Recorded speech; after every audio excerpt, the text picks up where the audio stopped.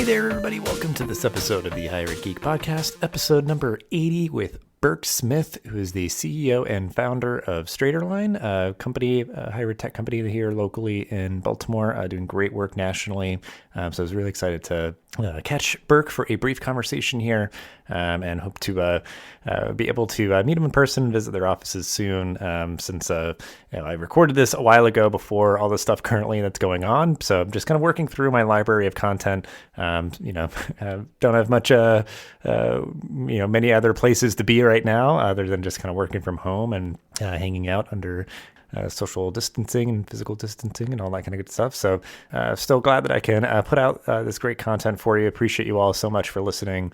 I know podcasts are giving me quite a bit of comfort right now, and seeing a lot of people still creating some really great content, even though we're all stuck at home. So yeah, without further ado, this is episode number 80 with Burck Smith. Cool. Well, thanks again so much for jumping on for the podcast here. I live in Baltimore, so I've heard a lot about Straighterline, so I'm excited to learn more about your story and all the great work that you're doing and your team is doing and everything. So we will start at the beginning, though, if you want to give everybody a brief introduction of who you are and your professional journey of how you got to be where you are today. Sure. My name is Burck Smith. I am currently the CEO and founder of Straighterline. And if I go back to the beginning, the long story for the professional journey is in the mid 90s. I was in grad school and for public policy, and was really interested in what technology should do for education. And this was, internet had become a thing in like 1992. Obviously been around forever, but it hit the popular culture about 1992, 93. And so people were trying to figure out what the internet was going to do to the world. And I was interested in education. And it seemed to me that online delivery is much cheaper than face-to-face. So that should solve some of the problems we'd identified, particularly in higher ed, but also in K-12. And even then, the problems of high prices, of high debt, of non-completion of debt with no degree were already there, and they've only gotten worse. Mm-hmm. And as I thought more about how that might play out, it became clear to me that it was unlikely that colleges were going to lower their prices themselves because of how the industry was structured. And there was an opportunity for someone to do it, not just an opportunity, but if it was going to happen, someone was going to have to force that. And so started an online tutoring company in 1999 called Smart Thinking. And the idea behind Smart Thinking was that you aggregate the demand for tutors and the supply of tutors, and then can create a service into which colleges can buy. And it worked. And it also paved the way for Straighterline by creating essentially an academic labor model that could support Straighterline's coursework. And today, Smart Thinking is still around. It's maybe the largest online tutoring provider in higher ed. Pearson owns it. Straighterline started as a division of it in 2008 and then became its own company in 2009. That was 4 years before MOOCs. That was before boot camps, before prior learning assessment became as big as it is. And the idea behind Straighterline was that general education coursework is highly standardized across schools, represents about a third of all enrollments in higher ed, and is highly transferred among schools. And so there's an opportunity to really reduce prices for students if you could create low-cost general education pathways. So that's what Straighterline did. We offer about 60 of those courses, $99 a month. By pricing it at a low price and on a subscription basis, it's low cost and low risk. For colleges that work with us, it is a way to attract new students, increase yield, and increase persistence. And we've done a few things over the last few years that have evolved that, but the core is still reasonably similar, is that students can take online gen ed coursework very affordably, lower the price and risk of a degree, or increasingly colleges send students to us to do that and increase yield and persistence. And so fast forward, 2020, we enrolled about 35,000 students last year, growing reasonably quickly. We're not the only ones in the space anymore. There's lots of others, MOOCs, competitors to us and more. And this kind of alternative credit pathway, if you will, or non-traditional provider is increasingly popular. Yeah, and that's just an incredible story. And I guess, I mean, a couple of things that you're saying there, I'm just kind of curious, to dig in with. But I think, yeah, like you were saying, like there's definitely a, like on like the positive side, the idea of these institutions, these colleges and universities have been around for a very long time, and they've done things, the same way they've been doing them for a very long time. And, kind of coming in with a different perspective to kind of drive some change, but still be working with those institutions, like working with their sort of, their brands and their credibility, and like really kind of shepherding students with that really good, flexible, low cost option and everything. Yeah, just like so great for me. And I think, I guess what I'm curious in terms of like, coming in with the, it's from what you were kind of saying, like, it sounds like you were sort of observing from the outside, these sort of issues and everything. So I'm curious, like, part of your own origin story to kind of zoom in a little bit of like with your own college experience and all that learning and, the community building, anything like that you were doing, when you were in college, like, how do you feel like that still resonates with you today in terms of, the work that you're doing, or just kind of how you operate and work with other people, or anything, just whatever comes to mind in terms of that part of your own origin story? Yeah, I don't think my college origin story is what drove my perspective on higher ed today. I had a fabulous college experience. Went to Williams College, 4-year traditional student, the standard, what used to be the standard journey, which is graduate at 18, go to college for 4 years, come of age. My major was political theory, so it was very philosophical, and it was great. And but that wasn't the problem that we were having as an industry in the late 90s and thereafter. The problem was around price and debt, and then also non-traditional students who had not necessarily been successful the first time around, and we were trying to figure out how to make them successful. And students who have have gone into the college system, the higher ed system, and stopped out at some point, and are older, have very different priorities than the 18 to 22-year-old. So I had a wonderful college experience, but I don't think that's really what drove certainly the straighter line and smart thinking, and is also not what's driving the sort of the higher ed market today. Yeah. Well, I guess it's good at least not like having the self-awareness that it's kind of like different from where we are now, because I think that it can be holding people back, where it's just like, oh, what I had is what everybody else should have, or that's the one and only way, or something like that. So it's at least good, refreshing. But because I always just like hearing if there are, and I think it's interesting, when people kind of recognize like, well, it's interesting, I didn't have it, and it may be that like it's if it's like, well, I went into it maybe not knowing exactly what I wanted to do, but I just kind of was like coasting and wanting to really empower students now to again, just be able to go into it with, less risk, and those sort of, like you can go through and kind of get gen ed courses out of the way, and maybe still be able to work and not have to like disrupt your life or anything like that. There's a lot of good opportunities. I think, even if it's not like, oh, like these life-changing moments for me in college or something like that, it's just like, well, I kind of just like did the thing that everybody else did, but, I'd want other people to be able to really like feel empowered to, go into higher ed with more, I guess. Like, yeah, I wish I wish I had that story. It isn't. Yeah. No, mine, it was very much, in grad school for public policy, and looking at kind of a big social problem and trying to fix it. And less about, hey, here's my experience and I want to replicate it, or, I want to, or either replicate it or fix what was my experience, but is more that we have this problem of price and debt and lack of success.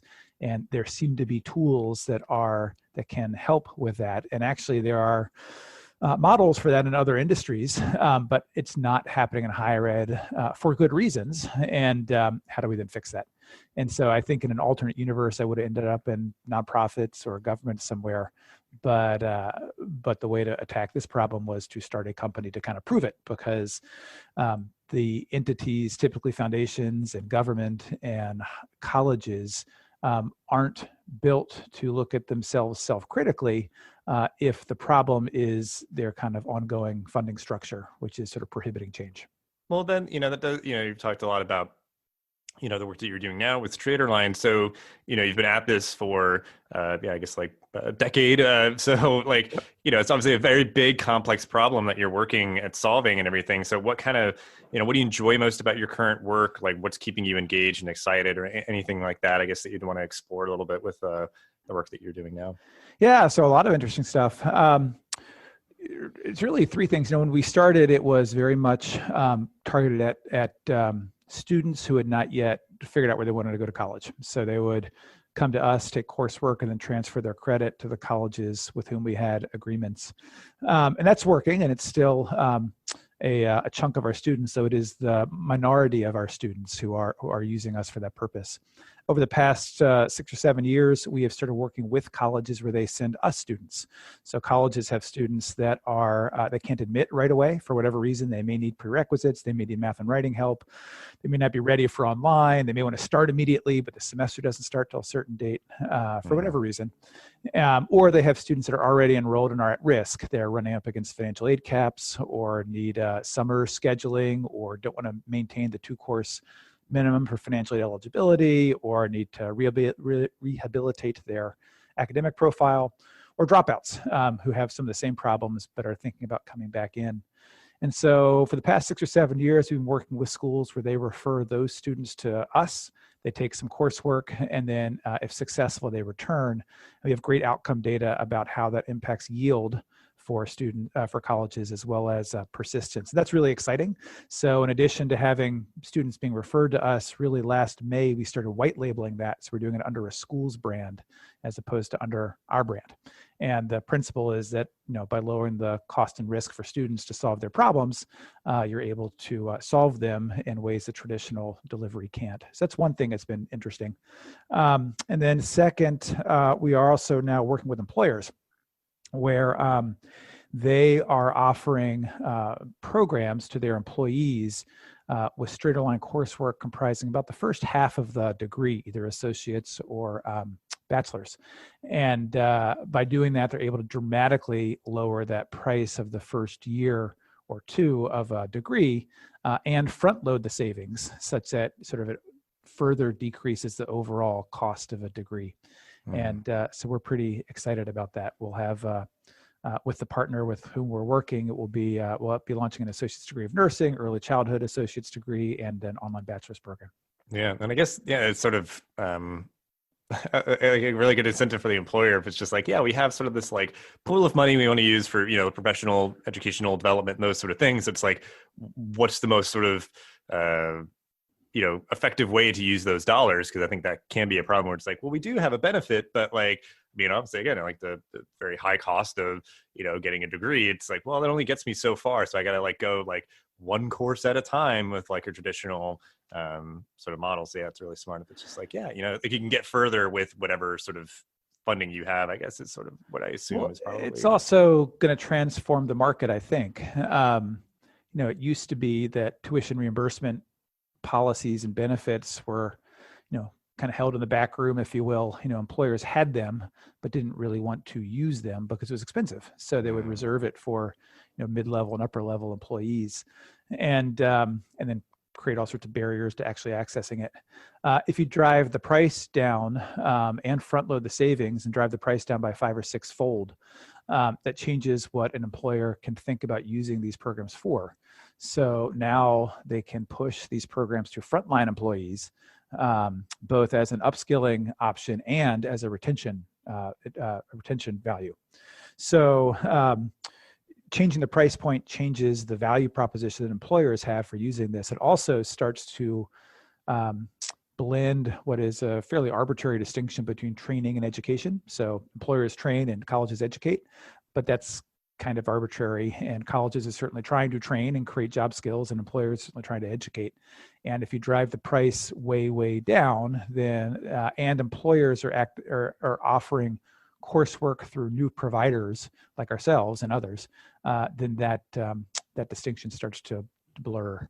And so I do think that changing the price for employers over the next maybe 2 to 10 years is really going to change how employers and employees educate.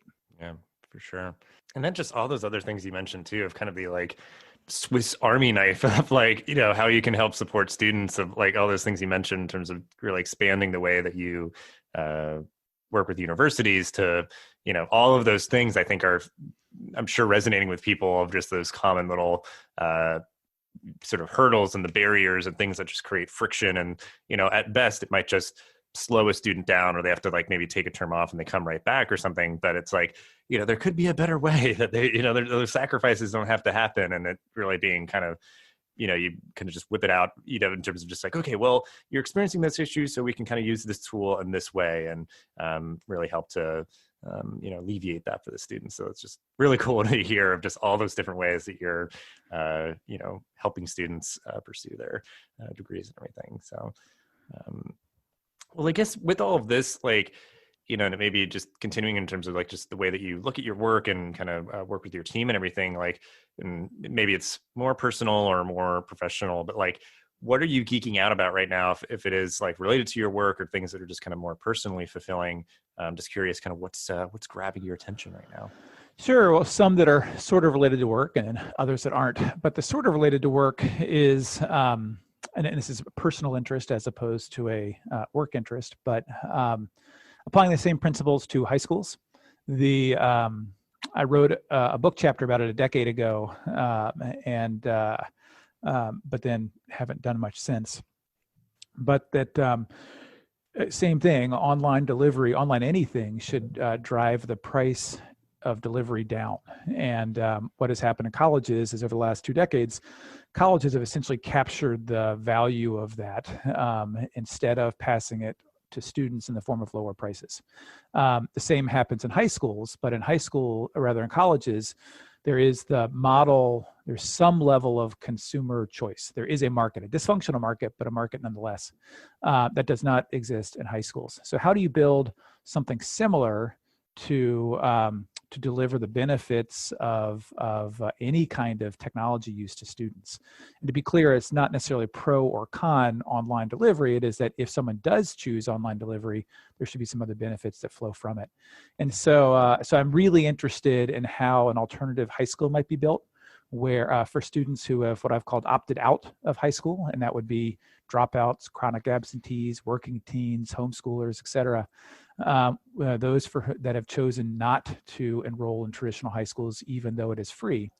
How can you build a different model for them? And my idea is that if you take their per student allocations and let them allocate it to different services, both academic and extracurricular, at different prices. So an expensive face-to-face or an online, a cheap online course, and then the surplus can be used for other relevant services like transportation vouchers or computers or, professional clothing or, OBO lessons or test prep or job skills, who knows what. But it creates a very different way to tailor educational services, to create competition among providers, and to rethink the way we consider quality, or really to move the idea of quality to one of value rather than quality. So that's interesting. I'm kind of pushing around on that personally. Joined a couple boards of schools here in Baltimore. One's a charter middle school, and one's a private school. So all that's exciting. Non-education related stuff. I've got 3 teenage boys, one of whom is a freshman in college. They keep me busy. And they're also, 14, 16, and 18. The 18's out of the house, so I can start to see the horizon where, I'll have more non-family time or non-kid time with my wife, and I can explore. So that's exciting. Baltimore guy, love the sports teams here. Ravens have been fun. Love the Maryland Terrapins, so I do follow that. Stay in shape reasonably. A lot of outdoor stuff, biking when it's warmer, swimming, hiking, etc. So that keeps me busy. Yeah, that's all great stuff. And I guess, I have to imagine, just really being like plugged into the Baltimore community too, of just being able to give back by joining these boards and everything, but then also just really, I guess, I don't know, you kind of, I'm sure maybe draw inspiration or just kind of meet people and hear stories or anything like that, of just really being invested in the community of the city and everything. So I think there's just, I've been here for now, it's just over 3 years. But yeah, it's just like, I think it's cool to me just seeing a lot of the really interesting work a lot of people are doing. And then, there's just like so much fun stuff to do too. Sports teams and like food and just like all this cool stuff. So that's awesome. Yeah, I grew up here and then moved back after sort of when I started Straight Align. I was in Smart Thinking was in DC and then moved back here in Straight Align about a decade ago, and love the city and would love to figure out how to make it better. It's it's a hard thing to do, but certainly doing what I can. Yeah. Well, then I guess also I'm curious, like anything in particular that you are reading, watching, listening to, like stuff that's, again, maybe personally fulfilling or professionally relevant, anything that comes to mind of, podcasts, books, documentaries, anything like that you might want to recommend. We can. I'm not necessarily recommend. I'm a kind of a omnivorous reader. I actually try not to program my reading too much, or even the sort of take what comes. People give you a book and read that, or sitting around and read that. Sometimes you pick one, you read that. So I'm not, I just serendipitously realized I think 3 of the last 4 books I've read have been about food. So I read a book about the truffle industry, which apparently is there's a lot of deep, dark secrets in the truffle industry. Bananas, wine, read books about that. But then generally read a fair bit of sci-fi stuff. I read a lot of fair bit of philosophy and theory stuff, which is kind of fun. And then kind of more good literature, I guess. Maybe more relevant is what I don't read much of. I really don't read much of the business books. I find that the advice is often contradictory, and so isn't all that useful. So no particular recommendations, but I definitely read a lot as my sort of entertainment and relaxation. That's cool. And I guess it's helpful in the sense of, like you're saying, not being terribly restrictive on your, like a pretty wide, diverse diet of things to, just kind of activate different parts of, just sort of your perspective or anything of just like looking in the world maybe in a different way. Because I sometimes get caught in that sort of vortex. I think it is like of just the sort of like leadership or business books and stuff like that. So I've been trying to, veer out a little bit. Yeah, because I think sometimes I'm reading them and it's kind of just like, almost like junk food reading or something, because it might just be like, either contradictory or they're all just kind of saying the same things in different ways or something. So it's just maybe not the most fruitful reading, because I guess it's hard for me too, because it's like I don't really read as much. Like I love podcasts and movies and TV and like all these other things. So I'll like circle around and just kind of be like, I don't know. I guess this is relevant, but like it's not maybe like the best thing that I should be reading. But So I want to do more podcasts and such. I don't do much. I actually instead will actually read as opposed to listening. But yeah, that's my pastime when my downtime is reading. Well, then we'll end on the optimistic note that I always love to wrap up on. So what is something or are some things that you're looking forward to in your job, life, and or the world? So anything on your mind, just that you're optimistic about, looking forward to? Sure. Well, so I think for all the education work, whether it's higher ed or K-12, there is a lot of doom and gloom about what higher ed looks like, or even K-12 looks like, in the next decade. And I think that is at some level right, because I think our institutions are going to look pretty different, our education institutions. But I think what has to be remembered is that that's really good for students, is that we have a lot of problems that they are facing around price and risk and debt, and these are ways to reduce that. So in many ways, what's happening is very promising for students going forward, which I think is really exciting. I'm eager to watch it unfold. The life, as I mentioned, it is wonderful as a father of 3 teenage sons. Watching them get older and become men themselves is exciting. Go off to college and then also figure out my next stage. And then in the world is intriguing. Who knows? The political situation is chaotic at best, and I don't really have any insight beyond what anyone else might have, but it'll be very interesting to watch how we deal with our current political issues, climate, et cetera, over the next decade. So, may you live in interesting times, right? Right. It's nothing if not interesting, not just like happening all the time. So it's not boring. I guess you could say that for sure. That's right. But all good stuff. And I mean, we'll have ways to connect with you and Straighterline in the show notes. And certainly if there's anything else that you'd want to kind of recommend or send my way to include, we can do that as well. But just so great talking to you and kind of hearing about your story and the great work that you all are doing there and everything. And try and come visit Straighterline at some point since right here in Baltimore. But yeah, please do. Thank you so much for your time, and just have a good rest of your day. Excellent. Thank you. Well, thank you for the interview. It was fun. This podcast is part of the Connect EDU podcast network, bringing together diverse voices in the higher ed community. Check us out on Twitter at ConnectEDUPod or at connectedu.network. Thanks for listening to this episode of the podcast. Make sure to rate, review, and subscribe so you never miss an episode. Thanks again for listening, and we'll see you in the next episode of the Higher Ed Geek Podcast.